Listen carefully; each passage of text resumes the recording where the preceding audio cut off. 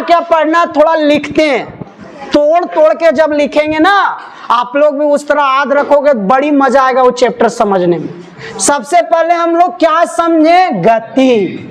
उसके बाद हम लोग क्या समझे, विरामावस्था। चलो उसके बाद हम लोग क्या पढ़े, निर्देश बिंदु, जिसको हम लोग मूल बिंदु भी कहते हैं। ये तीन चीज हम पढ़ा दिए आपको। अब यहां से हम लोग पढ़ेंगे सरल रेखीय गति, सरल रेखीय गति। उसके बाद हम लोग पढ़ेंगे विरीतीय गति। क्या पढ़ेंगे, विरीतीय गति। उसके बाद हम लोग पढ़ेंगे दोलन गति। क्या पढ़ेंगे, दोलन गति। उसके बाद हम लोग पढ़ेंगे दूरी। उसके बाद हम लोग क्या पढ़ेंगे, विस्थापन। क्या पढ़ेंगे, विस्थापन। उसके बाद हम लोग पढ़ेंगे भौतिक राशि। क्या पढ़ेंगे बाबू, भौतिक राशि। उसके बाद हम लोग पढ़ेंगे सदिश राशि। क्या पढ़ेंगे, सदिश राशि। उसके बाद हम लोग पढ़ेंगे अदिश राशि। कम से कम इतना पहले हम लोग पढ़ लें, इतना पढ़ लेते हैं। अगर इस तरह आप लोग भी तोड़ तोड़ के याद रखोगे ना तो आप लोग को चैप्टर इतना मस्त समझ में आएगा, इतना ज्यादा दिन तक याद रहेगा ना कि आप लोग सोच भी नहीं सकते हो। इतना ज्यादा दिन तक याद रहेगा, इतना साल तक याद रहेगा कि आप सोच भी नहीं सकते हो। और आपका कॉन्सेप्ट पूरा क्लियर रहेगा, स्टेप बाय स्टेप क्लियर रहेगा। आप कभी भी कोई भी कॉन्सेप्ट में कंफ्यूज नहीं करोगे, जो मन सो नहीं बोलोगे। जब इस तरह आप तोड़ तोड़ करके याद रखोगे तब। जैसे हमको कैसे याद है, देखो पूरा याद है। पहला पढ़े थे हम लोग गति, फिर विरामावस्था, फिर हम लोग क्या पढ़े, निर्देश बिंदु। उसके बाद देखो सरल रेखीय गति लिखे होंगे, विरीतीय गति लिखे होंगे, दोलन गति लिखे होंगे, फिर दूरी लिखे होंगे, फिर विस्थापन लिखे होंगे, फिर भौतिक राशि लिखे होंगे, फिर सदिश राशि लिखे होंगे, फिर अदिश राशि लिखे होंगे। सरल रेखीय गति मतलब सीधी रेखा में गति। अगर कोई चीज सीधी रेखा में चल रहा है, सीधी रेखा में गति कर रहा है, उसको सरल रेखीय गति बोलते हैं। जैसे चलती हुई ट्रेन हो गया, आपका बस हो गया। दो आदमी कभी भी अगर लड़ाई झगड़ा करेगा, दो लड़का या लड़की, दो गोतनी अगर लड़ाई झगड़ा करेगा, कभी भी आपस में साथे चलेगा उन लोग? नहीं चले। एक कम हुआ इन्हें, एक कम हुआ उन्हें, सीधे जार लोग घुसा के जार लोग कितना रोक रहे, रुकी ने ना रुकवा, जे चलतो हिड़ी बिड़ी चलो लगता। कभी भी लड़की या औरत का तोरा चाल देखना तो लड़ाई करवा दे दोनों के। चलवा तुरंत बढ़ी जे तो रे पागल, घारा में धीरे धीरे चलत हूँ कामा करे चक्कर में। और जैसे लड़ाइया भला घारा गेटवा जैसे धड़ाम से मर खोला तू, चलो लो उड़ी बुड़ी कितनो दौड़ा ली, रुकी ने ना रुकता। गजब लेकिन होता है ना। तो कभी भी कोई वस्तु अगर सीधी रेखा में गति करता है उसको सरल रेखीय गति बोलते। चलती हुई ट्रेन, बस, साइकिल, ये सब कौन सा गति का उदाहरण होगा? सरल। विरीतीय गति मतलब वृत्ताकार पथ में चलेगा। वृत्ताकार मतलब वृत्त वाला पथ, वृत्त के जैसा पथ में चलेगा। वृत्ताकार जैसे घड़ी का सुई हमेशा वृत्ताकार पथ में चलता है। जैसे मौत का कुआं में ना मोटरसाइकिल वाले ना क्या, मौत का कुआं में भी कैसा गति होता है? वृत्ताकार गति। घड़ी का सुई कैसा? वृत्ताकार गति। और एक उदाहरण हो 7 फेरा। ऐसा न कि सीधे जाते गोले गलन घुरते, ऐसा न कि लड़कवा पहना दल को और भागो लगलो इन्हें, ऐसा न। 7 फेरा भी कैसा पथ होगा? वृत्ताकार पथ। समझ में आया? तो जो वृत्ताकार पथ में अगर कोई काम हो रहा है, कोई गति हो रहा है, तो उसको विरीतीय गति कहते हैं। उसको क्या बोलते हैं? विरीतीय गति। बाद दोलन गति किसको कहते हैं? एक निर्धारित बिंदु से, एक फिक्स बिंदु से अगर कोई वस्तु कभी आगे जा रहा है, कभी पीछे जा रहा है, कभी आगे जा रहा है, कभी पीछे जा रहा है, तब उस तरह के गति को हम लोग क्या बोलते हैं? दोलन गति। जैसे घड़ी का पेंडुलम, बड़ा घड़ी में देखना एगो लटकल रहता है, सब कभी कभी बाजू लगता, कभी टन टन करो लगता। तो वो गति कौन सा गति कहलाएगा? दोलन गति। झूला भी दोलन गति कहलाता है। कोई झूलवा आगे गला, फिर पीछे गला, फिर आगे गला, पीछे गला। अब ओकर पर ऐसा लड़की बैठ गलो जकरा एकदम लग रहा कि हाँ गलियो कांदो लगलो, बेचारी कांद रहो, पटका रहो ना। उस भी हम लोग क्या बोलते हैं? ये भी हम लोग जिस पर झूला झूलते हैं, रस्सियां बांध के ना पकड़ के धकेल धकेल आगे, वो भी हो गया आपका कौन सा गति?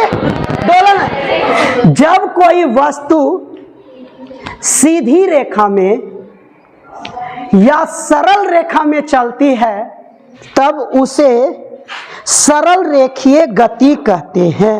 लिखें वृत्तीय गति, लिखो जब कोई वस्तु वृत्ताकार पथ में गमन करती है तब उसे वृत्तीय गति कहते हैं। दोलन गति लिखो, लिखो लिखो जब कोई वस्तु स्थिर बिंदु से, स्थिर मतलब रुका हुआ, जिसको इंग्लिश में फिक्स बोलते। जब कोई वस्तु एक स्थिर बिंदु से आगे पीछे गति करे, स्थिर बिंदु से आगे पीछे गति करे तब उसे ही दोलन गति कहते हैं। डेली समझते हो, डेली जिसके बारे में आप जान रहे हो, इसलिए ऐसा ऐसा उदाहरण बोलना पड़ता है। अगर इस तरह का उदाहरण नहीं बोलेंगे तो फिर रटना पड़ेगा। रटा रटाई पढ़ाई होता है उसको, और रटा रटाई पढ़ाई कहीं भी काम देने वाला नहीं है। समय बदल गया, जमाना बदल गया बाबू, समझिए तब आपको कुछ काम देने वाला भविष्य में। समझ के पढ़िए, कोई चीज समझिए तभी आप आगे फेस कर सकते हो कंपटीशन। नहीं तो रटे वाला तो दुनिया में करोड़ों भरल है, कुछ होने वाला नहीं रटा वाला, समझे? क्योंकि कंपटीशन में जो क्वेश्चन पूछता है वो कॉन्सेप्ट वाला पूछता है। बोल देगा कि ये जो सिलाई वाला मशीन है कौन गति है, 4 को ऑप्शन रहेगा, दोलन, वृत्तीय, सरल रेखीय, इनमें से कोई नहीं। आराम से आप मार सकते हो। यही सब उदाहरण बोलेगा जो चावल कूटते हैं गांव में, जो लकड़ी से चावल कूटा जाता है वो कौन सा गति हुआ, ये आपका दोलन। लेकिन एक होता है दाल पीसने वाला, वो हो जाएगा वृत्तीय गति, है ना, वो हो जाएगा वृत्तीय गति। समझ रहे हो? तब सब चीज समझ रहे सारा। अब आप लोग भी इतना उदाहरण सुना दिए, इतना उदाहरण समझा दिए, इतना हम लोग अगल बगल आसपास का उदाहरण देखे कि आपको सारा बात अब समझ में आने लगेगा कि कौन सा उदाहरण कौन सा गति पर है। अब एग्जाम में कोई भी उदाहरण देगा आप आसानी से मार सकते हो। इतना सुनने के बाद दिमाग में बैठता है, और एक उदाहरण दे करके अगर आगे बढ़ेंगे तो कुछ नहीं बैठने वाला, फिर आपको रटते चलना हो, समझे? इसलिए थ्योरी वाला पढ़ाई में थोड़ा सा टाइम लगता है, समझाना पड़ता है। एक उदाहरण के जगह पर 10 को उदाहरण देना पड़ता है ताकि सभी का दिमाग में वो उदाहरण बैठ जाए। अगर किन्हीं को एक उदाहरण से नहीं समझ में आया तो दूसरा बोलने के बाद कुछ समझ में आता है, तीसरा चौथा से सबको समझ में आने लगता है कि आखिर ये कौन सा थ्योरी है, ये आखिर इसका उदाहरण कैसे हुआ। सुने जी, दूरी किसे कहते हैं ये समझते हम लोग। दूरी क्या है बाबू? दूरी का मतलब हुआ कि कोई भी ये बिंदु से ये जगह से, ये बिंदु से ये जगह से अगर आपको बी बिंदु पास पहुंचना है, बी जगह पास पहुंचना है, कोई भी एक जगह से दूसरे जगह पर आपको पहुंचना है, उसके लिए आप जो भी रास्ता अपनाओगे, चाहे जो भी रास्ता अपना करके आप दूसरा जगह पर पहुंचते हो जहां आपको पहुंचना है, वो रास्ता का कुल लंबाई को ही क्या बोलते हैं? दूरी कहते हैं। मान लीजिए आपका घर नुनगांव है, नुनगांव आपका घर नुनगांव है, आपको तेतरिया स्कूल आना है, कहीं भी जाना है, तेतरिया स्कूल आना है। कोई लड़का एकदम इस रास्ता से आया, कोई लड़का इन्हें उन्हें घूर के एकर ओकर घर जाके फिर आया, कोई लड़का सीधे आया, कोई लड़का गोपीपुर दिन चल गलो, उन्हें चल करके आइला, कोई लड़का उन्हें सिंघानी दिन चल गलो, कोराम्बे मेरमगड्ढा नदी उदी पार कर ललको, नहा हुआ ललका तब आइला, कोई नुनगांव के खेते आ गलो, कोई नुनगांव के अइलो, यहाँ एगो तालाब है, बहुत बड़ा तालाब में नहा ललको, डुबकी मार ललको, साइकिल उकिल धो ललको, मुड़ा पर साइकिल चल ललको लेके, और बाद घूरते फिरते कोई लड़का सूते आरलो, गिरते आरलो, ढनमनाते आरलो, कोई लड़का नाचते आरलो। तब तू जैसे भी आ तेतरिया पहुंच भी ने, तब तू जैसे जैसे गली ने उ सब लंबैया नपैतो, उ सब नापबो, जितना है तो ने ओकरे दूरी कोई। तो आप बता, दूरी का आंसर एक होता है कि अलग अलग होता है? अलग अलग होगा। तेतरिया पहुंचना है, को ऐसे अलो, वो दूरी ऐसे लो ओहो दूरी, सीधे लो ओहे दूरी, नाचते ढन मनते गिरते पारते लो ओहो दूरी, बूढ़ा पर साइकिलिया उठैले लो ओहो दूरी, एने ओने देखते लो ओहो दूरी, लड़ते झगड़ते तो मारा पीटी करते ओहो दूरी, दो लड़की झोटा झोटी करते एलछू ओहो दूरी। मतलब तू जैसे भी पहुंच में ना अपन जगह पर जहां तोरा पहुंचना है, जहां तोर एम हो जाए के, वहां जैसे भी पहुंच जिस रास्ता से, वो सब रास्तवा के कुल लंबाई नापब, वही लंबाई को बोलते हैं दूरी। दूरी जो है उसका आंसर बदलता है।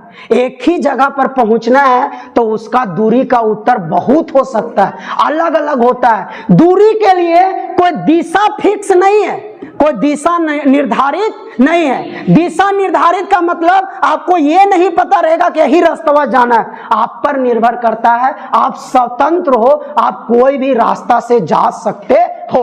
मतलब दूरी के लिए दिशा निर्भर फिक्स नहीं रहता, दिशा तय नहीं रहता, आप चाहे जो भी दिशा से जा सकते हो। दूरी का उत्तर हमेशा क्या होता है? अलग अलग होता है। एक अंतिम बात, सबसे महत्वपूर्ण बात, दूरी कभी भी एकदम सबसे महत्वपूर्ण बात, दूरी कभी भी शून्य नहीं होता। दूरी कभी भी शून्य नहीं होता, दूरी कभी भी ऋणात्मक नहीं होता है, हमेशा धनात्मक होगा। कभी सुना है कि -2 किलोमीटर से हम आ रही हो, हमरा -5 किलोमीटर जाना हो, यहाँ से तेतरिया -1 किलोमीटर हो, कभी सुना है? दूरी हमेशा धनात्मक, दूरी के लिए दिशा तय नहीं होता है, दूरी का उत्तर अलग अलग हो सकता है, एक ही जगह का दूरी अलग अलग हो सकता है, दूरी कभी भी शून्य नहीं होता।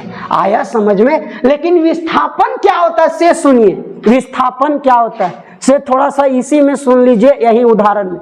विस्थापन का मतलब हुआ, अगर आपको ये से बी जगह पर जाना है तो करोड़ों रास्ता है, लाखों करोड़ों रास्ता है जाने का, बहुत सारा रास्ता है जाने का, लेकिन उसमें से जो सबसे छोटा रास्ता होगा, सबसे कम दूरी वाला रास्ता होगा, वही रास्ता का लंबाई क्या कहलाता है? विस्थापन कहलाता है। वही रास्ता का लंबाई क्या कहलाता है? विस्थापन। मतलब दो बिंदु के बीच का सबसे कम दूरी, सबसे छोटका दूरी, सबसे सीधा वाला दूरी को ही क्या बोलते हैं? विस्थापन कहते हैं। और सबसे छोटका दूरी, सबसे कम दूरी का, सबसे सीधा वाला दूरी को विस्थापन कहते हैं। तो एकर मतलब उसका दिशा पता रहेगा कि नहीं पता रहेगा? पता रहेगा। तो विस्थापन का दिशा पता रहता है और दूरी का दिशा पता नहीं रहता है। सुने, दूरी का उत्तर अलग अलग हो सकता है, बहुत सारा उत्तर हो सकता है,